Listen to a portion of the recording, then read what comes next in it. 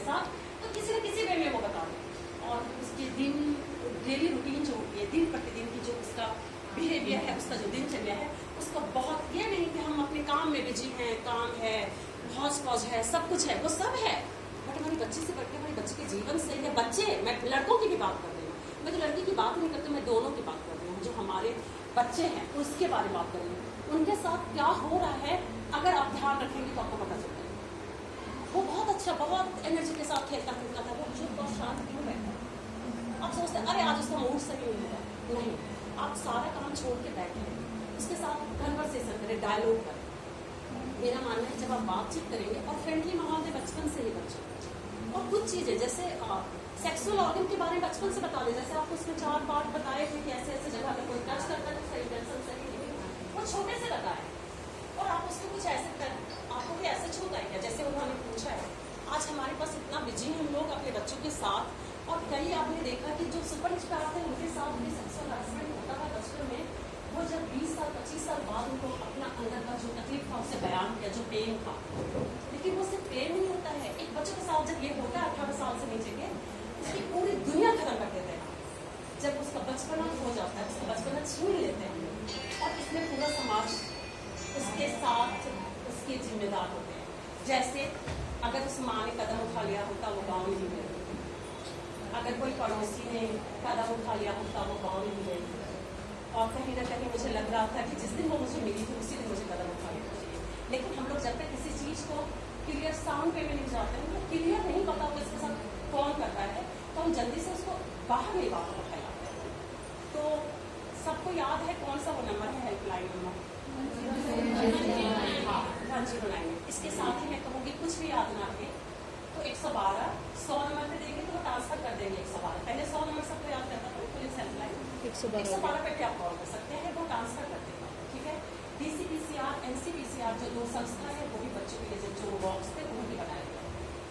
और ऐसी चीजें कुछ और भी है जिसपे हम लीगल बात करेंगे। अगर कुछ लगता है आपको, सबसे पहला कदम क्या होगा, मुझे कोई बताएंगे खड़े हो, अगर यहाँ पे सब कुछ सुना है, क्योंकि मैं बहुत कुछ बोलूंगी, मैं नहीं चाहती आप लोग बोलेंगे। जब मुझे पता चलता है किसी बच्चे के साथ कुछ, अच्छा एक चीज आप ये मत सोचे कि उसके साथ कुछ यौन शोषण हो गया, होने से पहले अगर कोई प्रयास कर रहा है, या फिर प्रयास करने में उसके 2 तरीके हैं। एक तो उसके बॉडी या फिजिकल पार्ट हो या सेल्स जो उसके सेक्सुअल ऑर्गन को उसे टच करना। एक और बात है कि उसको कोई ऐसे वीडियो दिखाना, पोर्नोग्राफी दिखाना, कोई ऐसे ट्रेजर दिखाना, ट्रेजर करना, या अपने शरीर के किसी पार्ट को दूर से ही दिखा के उसको इस तरीके से चीजों को पट्टी, ये भी अपराध की श्रेणी में आता है। तो अगर ऐसा कुछ होगा तो वो क्या करेंगे, सबसे पहला कदम कोई बताएंगे मुझे? अरे आप लोग एक चीज आप समझे कि आप जो भी बोलेंगे सही गलत कोई भी बोलता, सब सही बोल सकता है, तो आप जो भी बोलेंगे वो सही बोल रहे होंगे। अगर किसी ने चीजें समझी तो कोई एक खड़े होकर बताइए कि अगर आपको लग रहा है कि किसी के साथ यौन अपराध हुआ है, कोई लैंगिक अपराध हुआ है, तो क्या करेंगे? नहीं, कोई एक पूरा स्टेप बताएं उसके बाद। Yes, First we will inform their parents. Okay, ठीक है। then हम उनको बता सकते हैं पॉक्सो एक्ट के बारे में कि ऐसा ऐसा डांस पॉक्सो एक्ट में वो एक्शन ले जल्दी से जल्दी इसके बारे में अवेयर करें, तो पॉक्सो एक्ट के बारे में अवेयर करेंगे, पुलिस स्टेशन जाएंगे, कंप्लेन करेंगे, आगे का प्रोसेस। लीगल पार्ट इसके लिए है कि अगर हम FIR लेके जाते हैं, कंप्लेन की कॉपी को नहीं लेने से मना करते हैं, तो 166 एक्ट है जिसके अंदर पुलिस वाले पे भी उसकी खिलाफी कार्रवाई हो सकती है।